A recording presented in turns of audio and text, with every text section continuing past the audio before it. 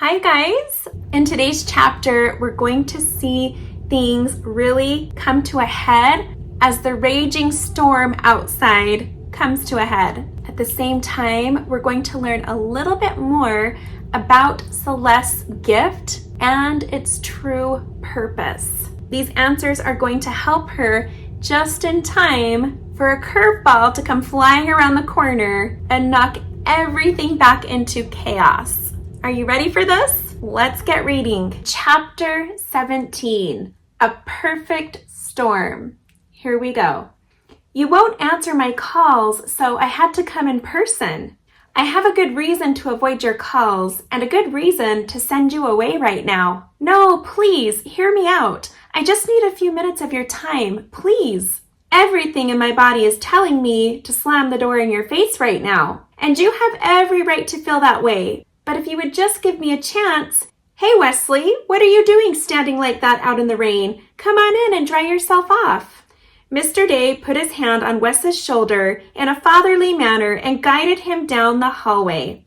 Well, there was no slamming the door on him now. In a few moments, he'd be seated at the kitchen table with a plate of hot dinner in front of him. Celeste decided she would let her parents wear him out and talk his ear off, while she took it easy on the couch. She could hear her father talking about business with him and her mother getting a plate from the cupboard. As she tuned out the noise from the kitchen, flashes of last night began to play out in her mind like a television show recap. Her life was a TV drama, every episode throwing a powerful curveball followed by an intense cliffhanger. What would happen next? Hopefully the writers would find a clever way to kill off Oakley and allow Gia to return in the next episode. That was wishful thinking. Who was Oakley to think that she could humiliate someone like Celeste? Why did everyone laugh? Why didn't Wes say anything?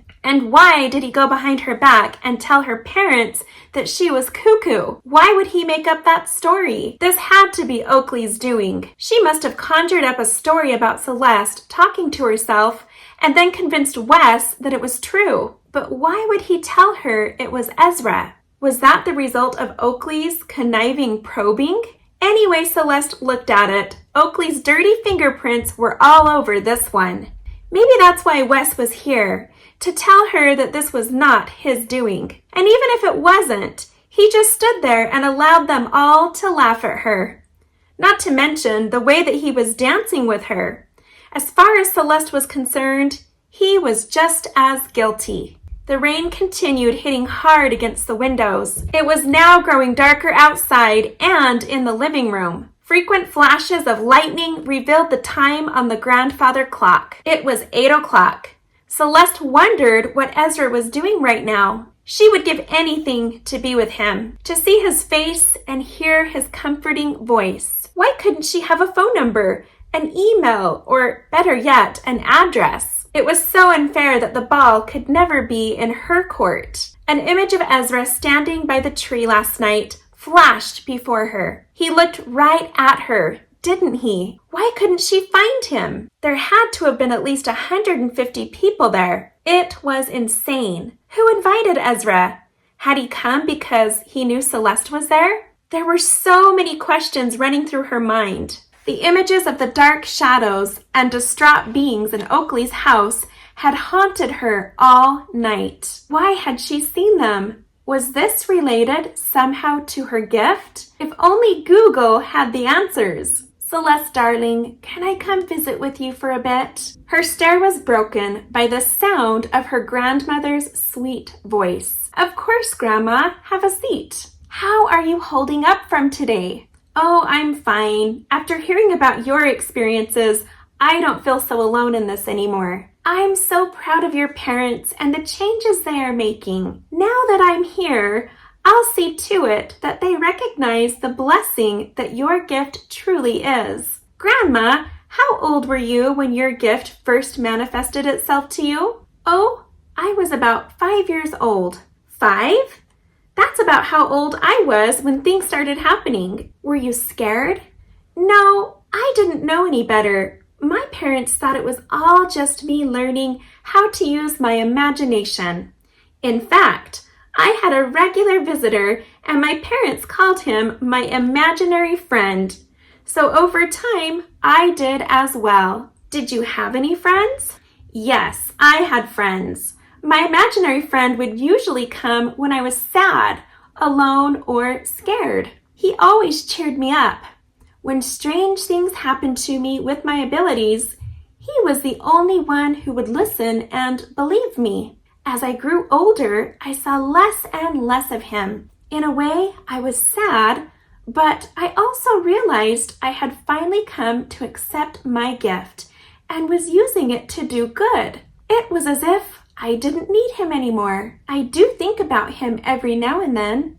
What kind of good did you do with your gift? Well, I recall a time when I was about 16 years old. I had seen a vision of my father falling from the roof and hurting himself rather badly. I was in school and not allowed to leave, but I was worried and felt I needed to get home.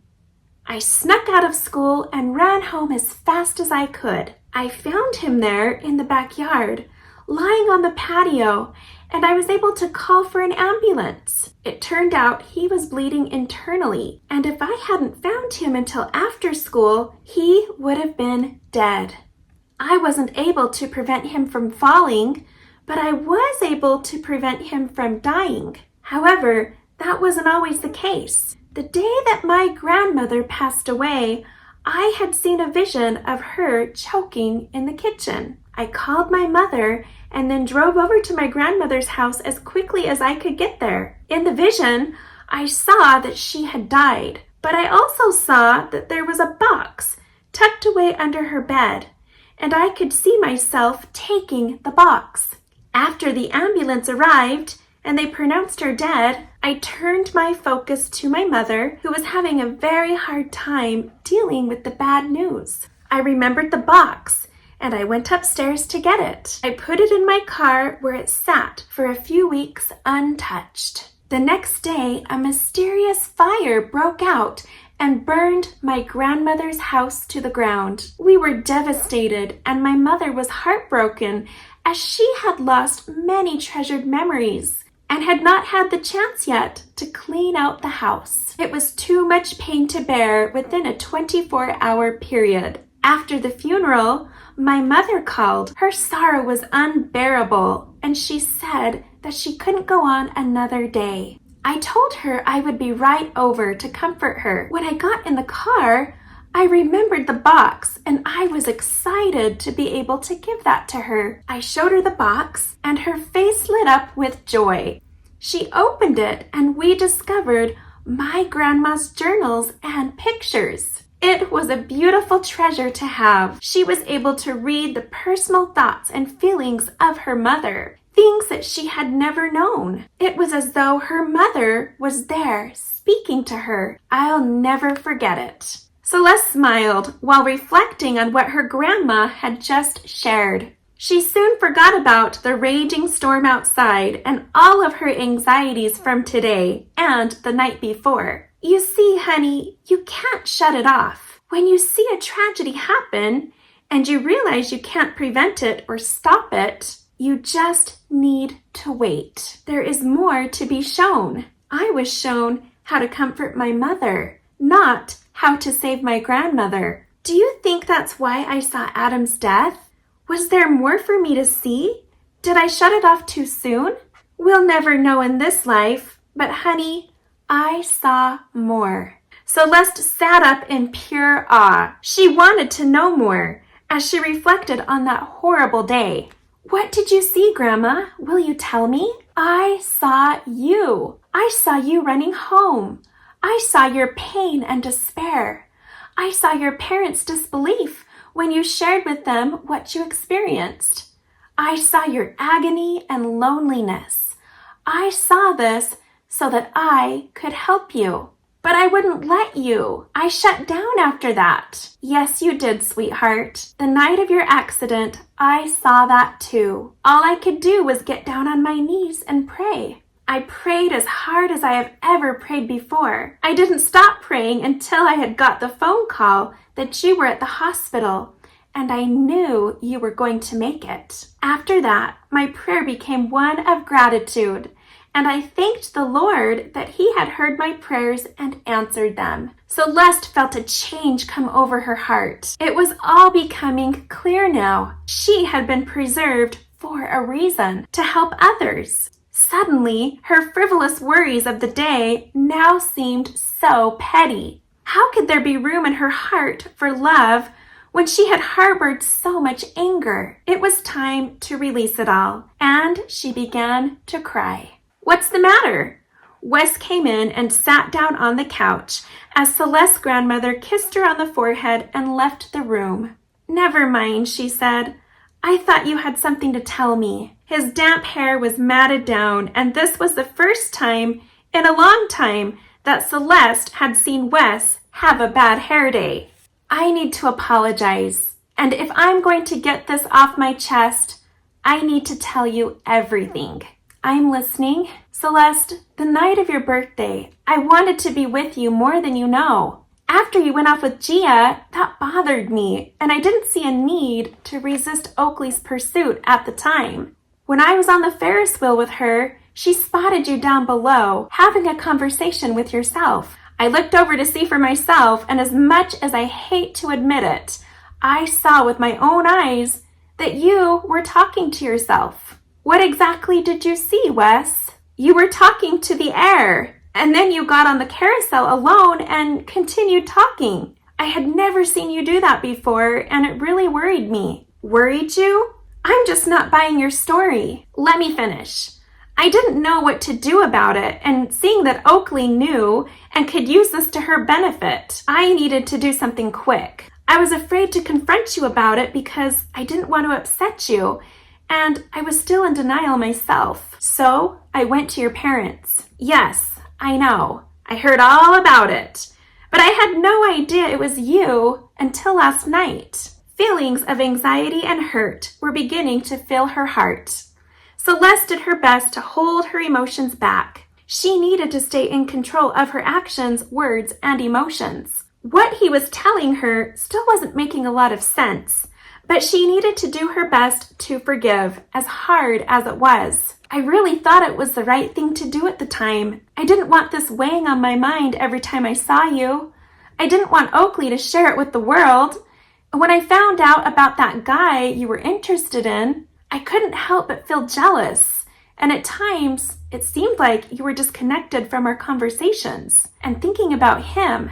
To protect myself from rejection, I used Oakley as a safety net. Having her around took the pressure off of us, what we were at the moment, and what we might or might not become. Then, soon after that, Oakley made the possible connection that Ezra was the imaginary person you were talking to on the carousel." "On the carousel?"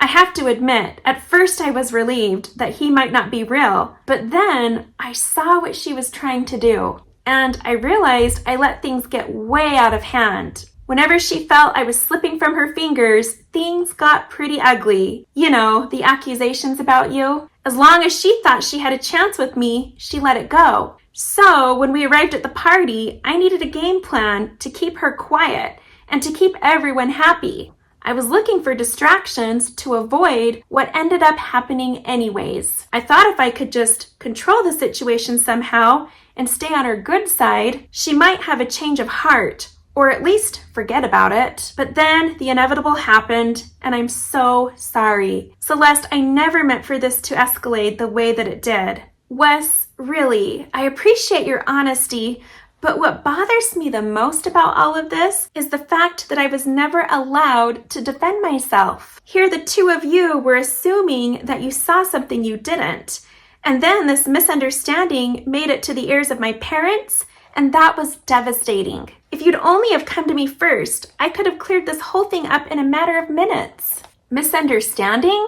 Please, Celeste, if you have an explanation, I need to hear it now. Look, Wes, I hate to tell you this, but Ezra is real. He was with me on that carousel, and there were other people there that night who saw him and talked with him. I don't know what games you're trying to play here, but you can't convince me one bit that I made him up.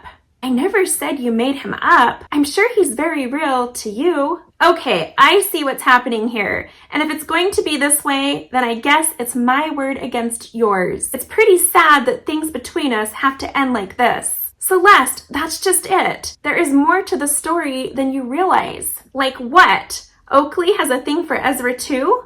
Let me guess. She's trying to make me look crazy, to push us away from each other, while also trying to convince me that Ezra is imaginary so that she can have him too. Sound pretty stupid? Well, that's how all of this sounds to me too. Unless the entire world comes forward and can tell me that I have indeed checked out of reality, then I think this conversation is over. They already have. What? What are you talking about? Oakley took out her phone and filmed the entire thing. I tried to stop her and I begged her to delete it, but then she said that maybe I would need to show it to your parents in case they didn't believe me. At the time, she seemed genuinely concerned about your well-being, and I believed her. I found out last night that she uploaded it to YouTube and posted it on Facebook. As of an hour ago, it's already had over 5,000 views. What?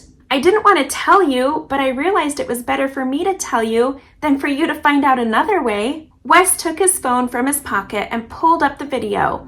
He handed it to Celeste, and she watched the entire thing as her heart pounded out of her chest. She could see herself climb onto the carousel.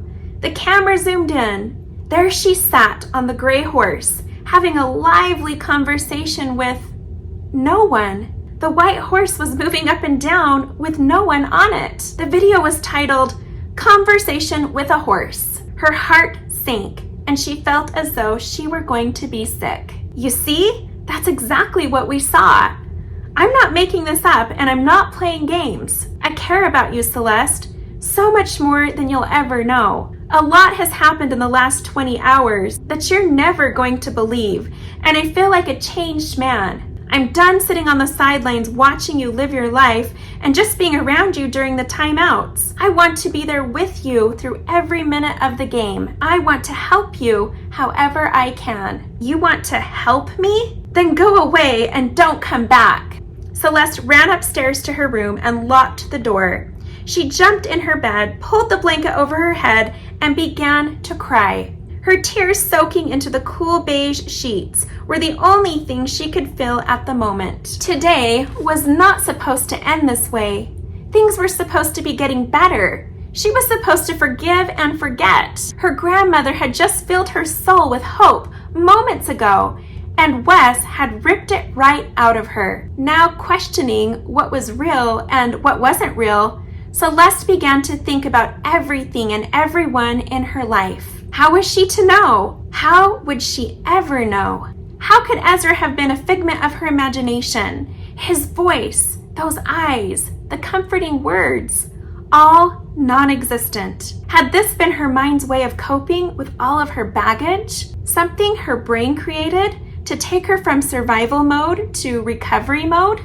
The pieces sadly fit together. He didn't have a phone number, last name, and was a complete mystery. He always showed up in times of distress, when she needed someone to vent to or just needed encouragement. Clearly, there was no other explanation. The video didn't lie, did it? Wait, could there be the slightest chance that the video had been edited, tampered with? Would Oakley and Wes really sink to that level? And why? Maybe Wes had really fallen for Oakley and was afraid of hurting Celeste's parents. Maybe he felt guilty. If he could convince her parents and everyone else that she was crazy, he could justify his decision to be with Oakley. He would look like the good guy in an unfortunate situation. How could he? What was happening? Her head was spinning around and her heart was hurting. Celeste just couldn't make sense of it all. Therefore, creating theories rich in soap opera material seemed to be the only way to find some sort of comfort and understanding. Who was she kidding? She had the ability to see things that other people couldn't see. She knew that, but she always thought what she saw was real. For the first time in her life, she now questioned it all. Seeing things didn't mean she had a gift. It simply meant she needed to be on medication. To think how far she might have bought into this made-up fantasy of hers. It could have ruined her for good if it hadn't already. Her mental health was now being shared all over the internet, all across the globe. It was the source of entertainment and jokes. She saw the comments, and it struck her like a knife to the heart, and then a bowling ball to her stomach. How could she ever face anyone again? Her friends, her family, her job. By the time fall semester would start, who knows how many views this video will have had? Celeste was devastated. Her world had crashed and she was watching every piece of it burn. How would she ever recover? At this point, taking full residence in a state institution seemed to be her only option. Eventually, she would have to accept what she really was. A case, a study, a file tucked away in a State Department office. Just then, she heard a knock on her bedroom door. It was her mother. "Honey, are you okay? I'm worried about you." "Just let me be, Mom. I've had a really tough day." "We all have, dear. With the storm and the power out, do you really want to be all alone in the dark? Come visit with us downstairs. Let's be together right now." "Not with him here. I just don't feel like it." "Wes? He's gone, honey. Is he the reason you're upset? What's going on?" "I don't really want to talk about it. In fact, I'm not feeling good at all. I just need to be alone and rest." "All right, but if you change your mind, Grandma is making her famous hot chocolate." "The temperature sure dropped, and your father just pulled up the news on his phone. There's flooding downtown, and the streets near the river are shut down. It's a mess out there. I really didn't feel good about Wes leaving, but he said he was respecting your wishes." "You sure you don't want to talk?" "I'm sure." Celeste heard her mother walk back down the stairs. She was relieved for the time being, but still couldn't hide from the pain inside. As her mind raced and the tears continued to flow, she eventually became weary. To hurt was very exhausting and required much more energy than being happy. Soon, the heaviness of her pain pressed upon her eyelids until they had closed. Her breathing slowed down, and before she knew it, she was fast asleep, drifting into a world full of happiness and peace, where pain was unheard of and safety was abundant. If this was also her brain's way of helping her cope, then so be it. She would need this safe haven to protect her from what awaited on the horizon. And that's it for today. I'll see you next week when we read Chapter 18, Rising Water.